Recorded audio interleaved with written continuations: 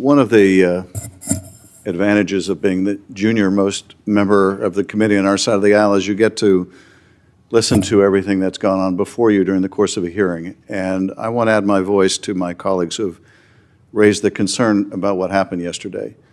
I listened to my ranking member ask a legitimate oversight question about the legal basis for troops to be rappelling from a Black Hawk helicopter for a military-style assault on an apartment building in a major city, the zip tying of children.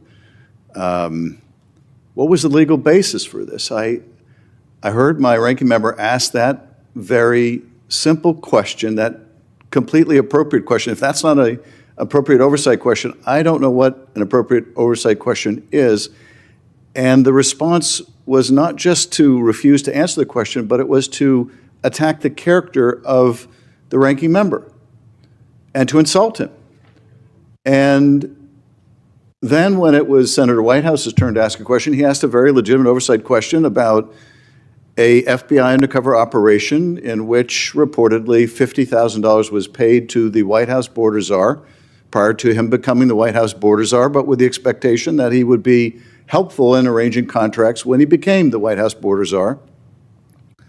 What happened to the money? A perfectly legitimate oversight question. And rather than answer that question in a closed investigation, not an open investigation, but a closed investigation, she simply attacked Senator Whitehouse personally. All right, everyone. Adam Schiff just warned that Pam Bondi's hearing crossed a dangerous line where legitimate questions were met with personal attacks, and Chuck Grassley's response didn't deny it happened.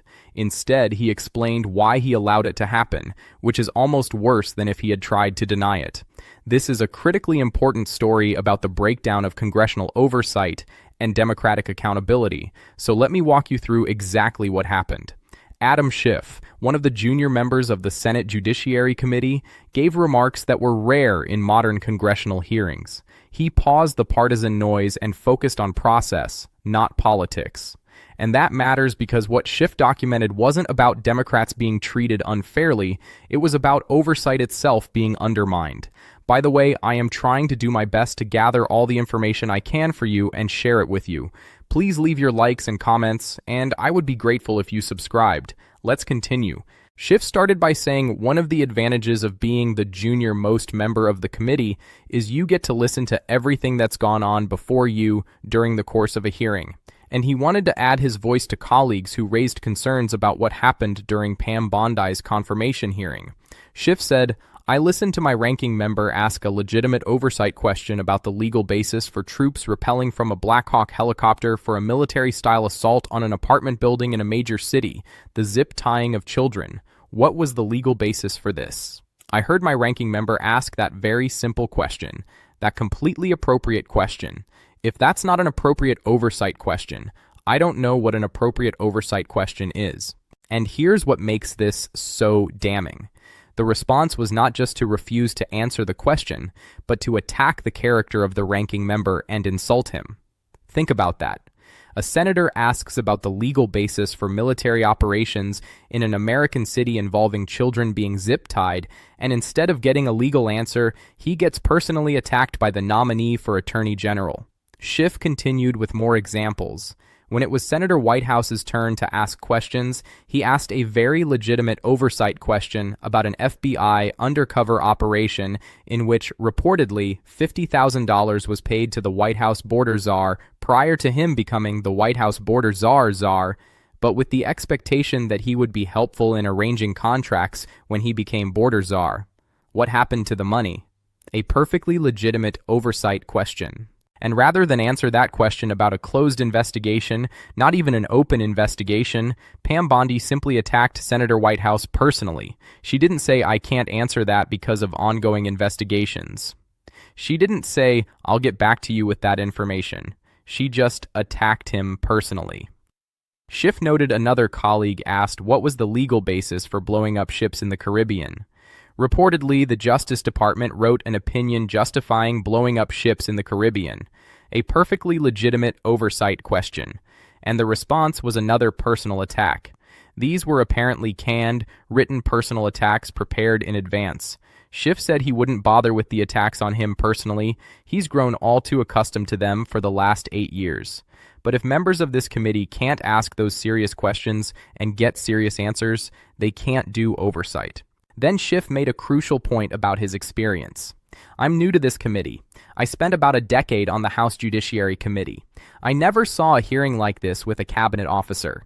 And if I did, and some Democratic cabinet officer were to personally attack each of my Republican colleagues, I would call for a stop to it. It would be disgraceful.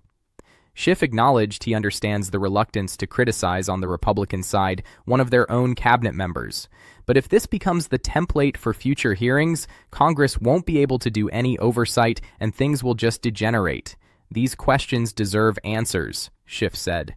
I would expect that if troops were rappelling from helicopters in any city in any of your states and hog-tying children, you would want to know the legal basis, and so would I. Schiff announced they would submit for the record in written form the questions the Attorney General refused to answer.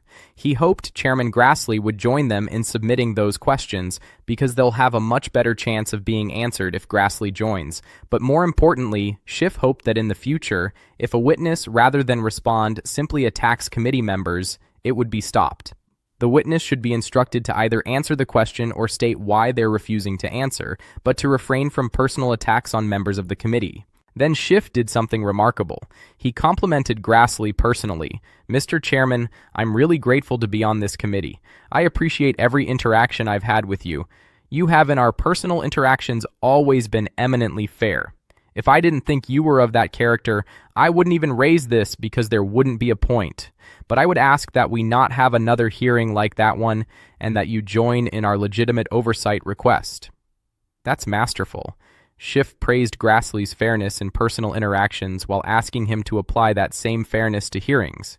He appealed to Grassley's better nature while making clear this isn't personal, it's about the institution and the process. Now let's look at Grassley's response, because it's revealing in what it admits and what it doesn't deny. Grassley said he thought he set the decorum for oversight hearings when, before asking the FBI director any questions, he said both sides should treat each other with respect. He even told Patel that if he didn't get a chance to answer questions, he'd give him an opportunity after senators finished to respond to whatever he didn't get to say. But then Grassley basically admitted he lost control. You know how that meeting turned out, and particularly from your side of the aisle, a lot of strong statements about the FBI director. Whether they were legitimate or not is beside the point. It didn't follow the decorum, and obviously the director of the FBI didn't follow the decorum. Then comes the key admission. So I don't know what more I can do than plead with my people who are fellow senators to follow a certain decorum, and I assume it would be followed on the other side. I don't appreciate the insults that went to Democrat members, particularly where they were wrong, but after seeing how senators handled the FBI director, I guess I felt that just let the show go on the way the senators wanted to go on, and that's what developed as a result of it. Read that carefully. Grassley is saying he doesn't appreciate the insults to Democratic members. He's admitting they happened. He's acknowledging they were wrong. But he let it happen anyway because he was frustrated by how contentious a prior hearing was. He essentially chose to let the hearing devolve into chaos rather than enforce basic decorum. Grassley even calls it a weak excuse for what happened that day, but then tries to justify it by saying things didn't work out the way he expected when the FBI director was there, and some Democrats were screaming and yelling and talking over the FBI director. What Representative Adam Schiff did here was something rare. He focused on process, not politics. His core argument wasn't that Democrats were treated unfairly. It was that oversight itself was undermined.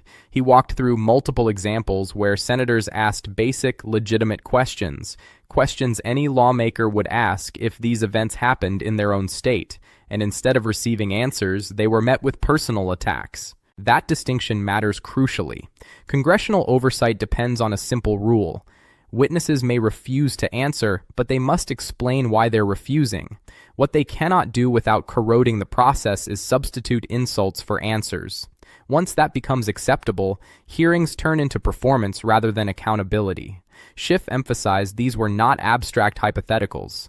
Questions were raised about the legal basis for military-style operations in civilian settings, the handling of money in a closed FBI investigation, and the legal justification for aggressive actions abroad. Whether you agree with the premises or not, these are precisely the questions Congress exists to ask. When the Attorney General responds with personal attacks instead of legal explanations, the public learns nothing and power goes unchecked. That's the fundamental problem Schiff identified. What makes Schiff's remarks especially credible is his institutional experience. He reminded the room he spent nearly a decade on the House Judiciary Committee and had never seen a cabinet officer behave this way. That's not casual criticism. It's an indictment of a breakdown in norms that both parties once relied on. Equally important was what Schiff didn't do. He didn't demand punishment. He didn't escalate rhetorically. Instead, he asked the chairman to enforce a basic standard. Answer the question, state why you refuse, but do not attack the questioner. That's the minimum required for democratic oversight to function. Chairman Grassley's response was revealing in its own way. He didn't dispute that decorum had collapsed. He didn't deny that insults were directed at Democratic members. Instead, he explained that after seeing how contentious a prior FBI hearing had become, he essentially chose to let the hearing go on rather than intervene. That explanation is significant.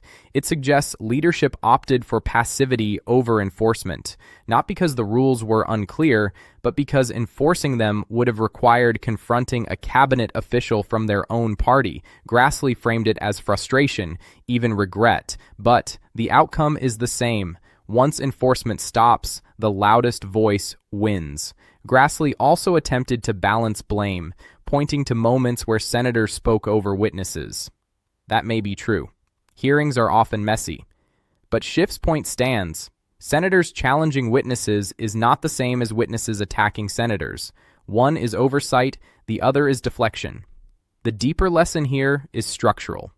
Oversight is not self-executing. It depends on chairs willing to enforce rules evenly regardless of party.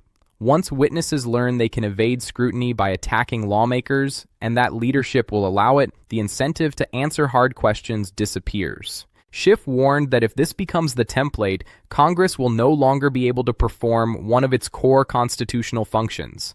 That's not hyperbole. It's recognition that institutions fail not only when laws are broken, but when norms are abandoned. Think about what Schiff was asking about. Military helicopters conducting operations in American cities, children being zip-tied, ships being blown up in the Caribbean, $50,000 paid to a government official with expectation of future favors. These aren't gotcha questions. These are fundamental oversight questions about potentially illegal use of military force, potential bribery, potential violations of constitutional rights. And instead of getting legal answers about authority and justification, senators got personal attacks. That's not how oversight works in a democracy. That's how it works in an authoritarian system where power doesn't have to explain itself. Grassley's admission that he just let it happen because he was frustrated is stunning.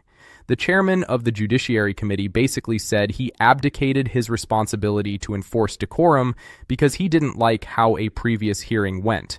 That's not leadership. That's passivity in the face of institutional breakdown. And what makes it worse is Grassley knows better. Schiff acknowledged that in their personal interactions, Grassley has always been fair. But fairness in personal interactions doesn't matter if you won't enforce basic standards in public hearings. The institution requires more than personal decency. It requires consistent enforcement of rules. This exchange wasn't about Adam Schiff versus Chuck Grassley personally. It was about whether hearings are still a tool for truth or just another stage for political theater. And Grassley's response, however candid, showed how easily accountability can be sidelined when decorum enforcement becomes optional. If Pam Bondi can refuse to answer questions about military operations in American cities and instead attack the senators asking, "What's the point of oversight hearings?" If nominees know the chairman won't enforce basic decorum, why would they ever feel compelled to answer hard questions? This is how democratic institutions fail. Not through dramatic coups or obvious violations. through gradual erosion of norms and standards, through chairs deciding not to enforce rules, through witnesses learning they can deflect with attacks, through the slow acceptance that maybe oversight doesn't really work anymore. Schiff saw this happening and called it out clearly and directly. He didn't make it about partisanship. He made it about process and institutional integrity. And he appealed to Grassley to do better, to enforce standards, to make oversight meaningful again. Grassley's response showed he understood the problem, but chose passivity anyway. That's the tragedy here. The chair knows what needs to happen, but won't do it, because it would require confronting his own party's nominee. Democracy doesn't erode all at once. It erodes when accountability is allowed to slip one hearing at a time, when witnesses can attack instead of answer, when chairs won't enforce basic standards, when the process becomes theater instead of oversight. If you believe Congress should be able to ask serious questions and get serious answers no matter who's in power, you need to pay attention to moments like this. Subscribe to channels covering this, share this analysis, keep watching these breakdowns closely. Because institutional failure happens slowly, then suddenly. And we're watching it happen in real time as basic oversight mechanisms break down and leadership chooses not to fix them. Adam Schiff tried to sound the alarm. Whether anyone listens will determine if congressional oversight survives this administration.